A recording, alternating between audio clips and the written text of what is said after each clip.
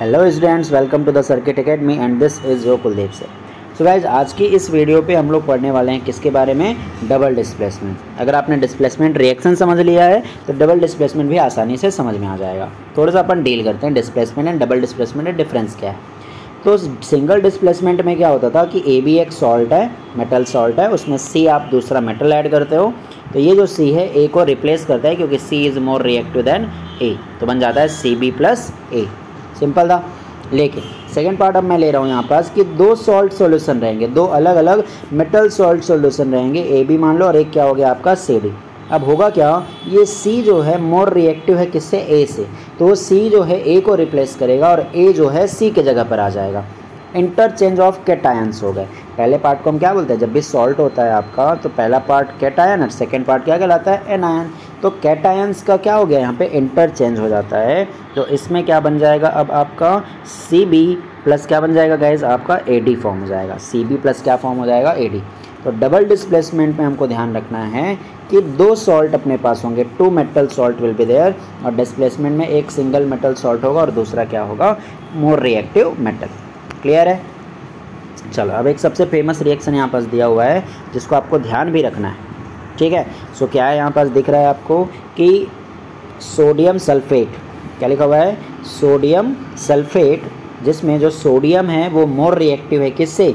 Barium से। तो ये सोडियम क्या करता है? इस बैरियम क्लोराइड के Cl2 वाले पार्ट से मिलके क्या बना लेता है? Sodium chloride. और बैरियम जो है इधर सल्फेट वाले पार्ट से मिलके क्या बना लेता है? Barium sulphate. ठीक है। अब एक और चीज़ यहाँ पास, छोटा सा एक चीज़ है जिसको आपको ध्यान रखना है, वो ये है कि जब ये दोनों आपस में रिएक्शन कर रहे होते हैं ना, तो बैरियम सल्फेट का मिलता है हम लोगों को वाइट पीपीटी। अब ये पीपीटी क्या होता है? पीपीटी शॉर्ट में हम बोलते हैं, एक्चुअली में ये होता है प्रेसिपिटेट। प्रेसिपिटेट का मतलब ये होता है ऐसा सॉल्ट या ऐसा सॉल्युबल थिंग, अनसॉल्युबल थिंग जो उसमें डिजॉल्व नहीं होगा। जैसे मान लो हमने सोडियम सल्फेट, मान लो हमारे पास सोडियम सल्फेट है, इसमें आपने क्या ऐड कर दिया? Barium chloride. ये ऐड हुआ, तो जैसे हम ऐड करेंगे ना, तो यहाँ पास मैं इसको येलो कलर बना रहा हूँ, लेकिन ध्यान रखना कि ये वाइट कलर का होता है। वाइट कलर का यहाँ नीचे जाके एक पीपीटी जो है क्या हो जाएगा? फॉर्म हो जाएगा वाइट कलर का ना, ध्यान रखिएगा। तो ये वाला जो पीपीटी बना है, यही पीपीटी क्या होगा? आपका बैरियम सल्फेट। और यहाँ पे जो ऊपर में आपको एक अनडिजॉल्व्ड क्लियर सॉल्यूशन जो दिखाई देगा, that will be sodium chloride.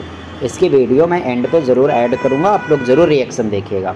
ठीक है, तो डबल डिस्प्लेसमेंट तो हो रहा है, साथ में क्या फॉर्म हो रहा है? यहाँ पास पीपीटी फॉर्म हो रहा है। और जब भी कोई रिएक्शन में पीपीटी फॉर्म होता है तो उस रिएक्शन को हम प्रेसिपिटेशन रिएक्शन भी कहते हैं, ध्यान रखना। मतलब हम ये कह सकते हैं ना कि जो डबल डिस्प्लेसमेंट रिएक्शन है वो एक टाइप का प्रेसिपिटेशन रिएक्शन भी है। ठीक है, तो ये आपको माइंड में रखना है गाइज। ओके, चलिए ठीक है। कुछ एग्जांपल्स और आप लोगों को इससे रिलेटेड याद रखना है। जैसे मैं एक एग्जांपल यहाँ पे बता रहा हूँ, देखो, एक होता है आपका लेड नाइट्रेट, पहले भी कई बार आया है भाई। ये लेड नाइट्रेट का फॉर्मूला क्या होता है? PbNO3 twice. जब इसमें गाइज हम लोग मिला देते हैं आयरन सल्फेट, क्या ऐड कर देते हैं? Iron sulphate. अब देखो, जो लेड नाइट्रेट होता है ना, ये सॉल्यूशन होता है येलो कलर का, ध्यान देना। सॉरी थोड़ा चेंजेस कर रहा हूँ मैं। हाँ, यहाँ पे तो है लेड KSO4 होता है। क्या होता है? KSO4। सॉरी यहाँ पे होता है आपका पोटेशियम नाइट्रेट। ओहो, क्या कह रहे हैं? K2CrO4। ठीक है, सॉरी फॉर द इनकन्वीनियंस। देखो, लेड नाइट्रेट में जब आप K2CrO4 मिलाते हो, और जो K2CrO4 होता है ना गाइज, ये येलो कलर का सॉल्यूशन होता है, ध्यान रखना। क्या होता है? सॉल्यूशन। और ये जो लेड नाइट्रेट है आपका, ये होता है वाइट कलर का सॉल्यूशन। कौन से कलर का सॉल्यूशन? वाइट कलर का सॉल्यूशन। तो जब हम लेड नाइट्रेट में K2CrO4, जिसको हम बोलते हैं गाइज पोटेशियम क्रोमेट, क्या बोलते हैं? Potassium chromate. ठीक है ना, ध्यान रखना, पोटेशियम क्रोमेट। जैसे हम इस येलो सॉल्यूशन को वाइट सॉल्यूशन में ऐड करते हैं तो ये क्या फॉर्म करेगा? ऑब्वियसली PbCrO4 फॉर्म करेगा, है ना। लेड क्रोमेट फॉर्म करेगा, PbCrO4, और साथ में क्या बनाएगा? पोटेशियम नाइट्रेट फॉर्म करेगा। बैलेंस करोगे तो यहाँ पे क्या लग जाएगा? 2। तो यहाँ पे जो लेड क्रोमेट फॉर्म हुआ है ना, ये येलो कलर का पीपीटी फॉर्म करता है। देखो, difference in solution in PPT क्या है? तो पीपीटी में आपका वो नीचे जाके इधर पे क्या होगा? नीचे एंड ऊपर में ये थोड़ा सा ना आपको पीपीटी का फॉर्मेशन दिखाई देगा। ठीक है, इसका भी वीडियो लास्ट में हम ऐड कर देंगे। ठीक है, ये भी आप लोगों को ध्यान रखना है। समझ में आ रही बात? क्लियर है? तो ये 2 एग्जांपल्स आप लोगों को मैंने समझा दिए हैं, जो कि प्रेसिपिटेशन एज वेल एज किसका रिएक्शन है, double displacement reaction.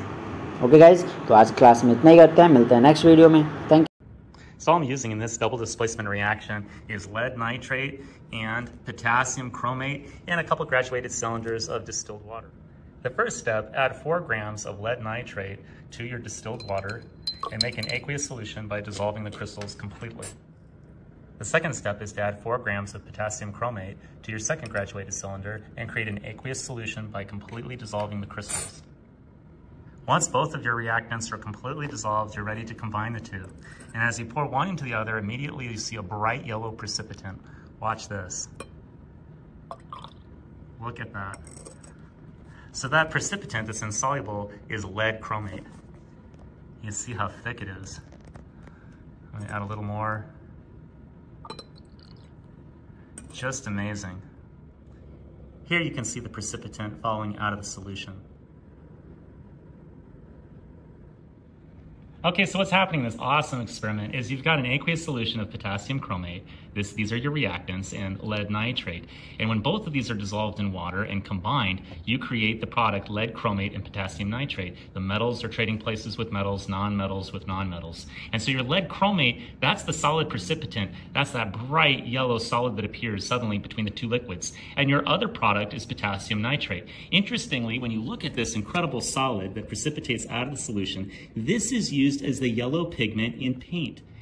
The famous painter Vincent van Gogh actually used lead chromate as the yellow pigment in his painting Sunflowers. Well, I hope you enjoyed today's edition of Ramseyland, and I'll see you next time.